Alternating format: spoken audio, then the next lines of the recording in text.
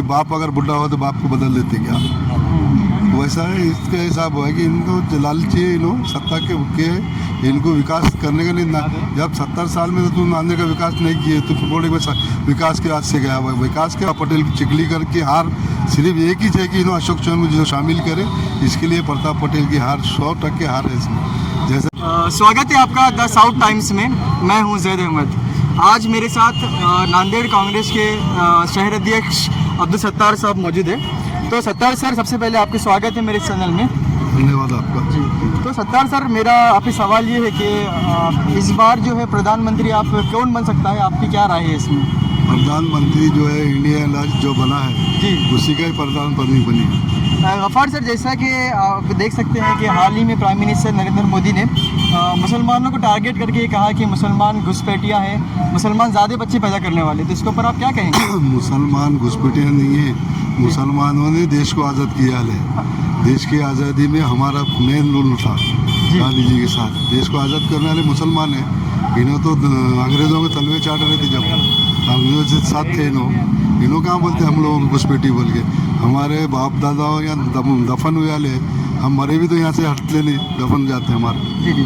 तो सत्तार साहब, जैसा कि गृह मंत्री, इस देश के गृह मंत्री अमित शाह ने कहा है कि इस बार हम सरकार में आएंगे तो हम जो 4% वो रिजर्वेशन है कर्नाटक में मुसलमानों का, वो ख़त्म कर देंगे। तो इसके ऊपर आप क्या कह सकते हैं? आने का तो उनका सवाल ही नहीं है अभी। जी। जब देख रहे हैं कि जब उनका स्टेटमेंट है, एक प्राइम मिनिस्टर ऐसा स्टेटमेंट देता है जी, तो उनको मालूम है कि हार नक्की हार हो गई उनकी, निश्चित हार होने वाली है उनकी, कि उनको समझ में आया। इसलिए उन्होंने जात पे बोलने जा रहे मुसलमानों को टारगेट करके।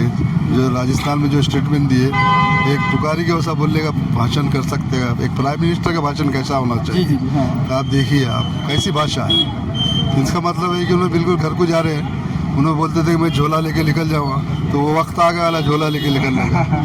तो सत्तार साहब, देखिए अभी कैसा बीजेपी के मेंबर ऑफ पार्लियामेंट ने ये संविधान संसद में कहा है कि अब की बार हम 400 पार आएंगे तो हम संविधान को ख़त्म कर देंगे। तो इसके ऊपर आपका क्या बोलना है? कि बात 400 पार संविधान बदल नहीं है बोले तो जो नारा है उनका, 400 पार का सवाल ही नहीं हो रहा ना उनका। उनका देख रहे हैं आप, महाराष्ट्र हाथ से निकल रहा है, जैसा कि इससे पहले बिहार था, बिहार हाथ से निकल रहा है। उसके बाद उत्तर प्रदेश की हालत पतली है उनकी। देख रहे हैं ना आप, कहाँ है इनके पास जाके बताइए ना आप। जैसा तेलंगाना में नहीं, कहीं नहीं, तो इनके पास सीट बच रही का 400 पार नहीं, 200 के अंदर ही चाहिए। जैसे कि कांग्रेस के एक बड़े नेता जिसे अशोक चौहान नाम भी जाना जाता है, तो सर वो उन्होंने हाल ही में कांग्रेस को छोड़ दिया है और अभी बीजेपी में शामिल इख्तियार कर लिया है। तो इसके ऊपर आप क्या बोलना चाहेंगे? मैंने कांग्रेस ने जो छोड़े हैं, हम भी कांग्रेस के उनके साथ थे, 35 साल साथ में थे। हम सभी कारपोरेटर, हमने जिस दिन उन्होंने राजीनामा दी, हमने जब भी बताए प्रदेश के ऊपर। और हम जब से हमने कांग्रेस का झंडा मजबूत किए, उनका एक पर्सनल मसला है। उन्होंने जैसा भी हमारे एक नेता माजी मंत्री कमल किशोर कदम ने एक परसों भाषण में किए कि भाई 70 साल कांग्रेस ने उनको जो है क्या नहीं दिया। देने के बाद जैसा कि कांग्रेस कमज़ोर हो गए बोले, तो उन्होंने एक वर्ड इस्तेमाल कर दिया, मैंने करा था, क्योंकि भाई बाप अगर बुढ़ा हो तो बाप को बदल देते क्या, वैसा है। इसका हिसाब है कि इनको लालची है, इन्हों सत्ता के भुक्के है, इनको विकास करने का नहीं ना। जब 70 साल में तो तुम नांदेड़ का विकास नहीं किए तो बोले विकास के हाथ से गया हुआ, विकास के हाथ से नहीं गए। इनके खुद के अपने इनको सत्ता के होना, इन्हों बगैर सत्ता के रह नहीं सकते, इसलिए गए वाले।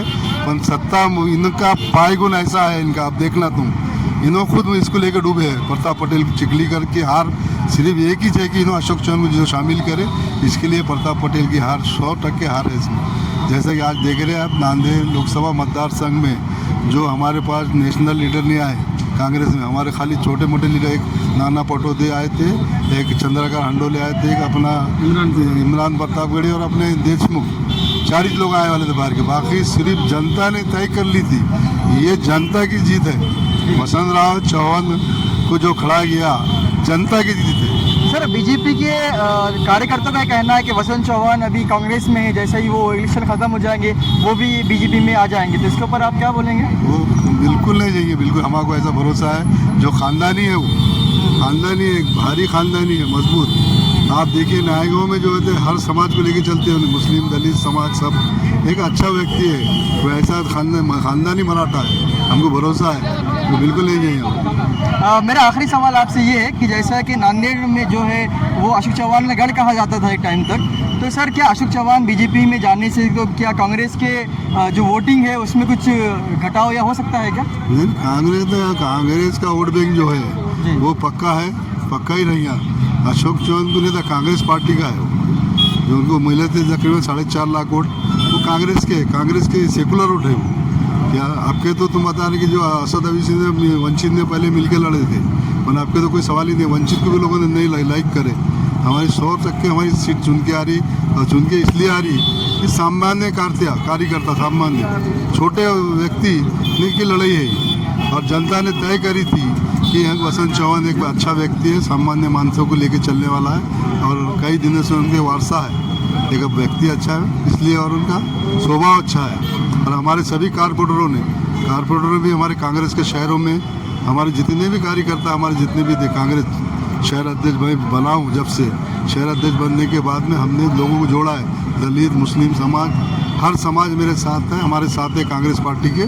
कांग्रेस एक मजबूत बनी है, और तुम्हारा देखना आने वाले वक्त में कांग्रेस एक मजबूत है।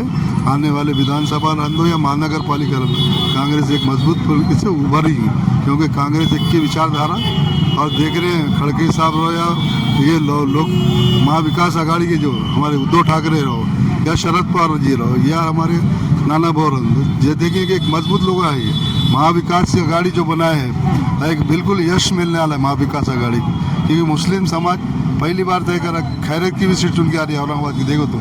और जो महाविकास आघाड़ी की जो 8 सीट है मराठवाड़े, उसमें तकरीबन 8 की 8 सीट पे कामयाबी हासिल करी, ऐसा पोजीशन बन चुका है।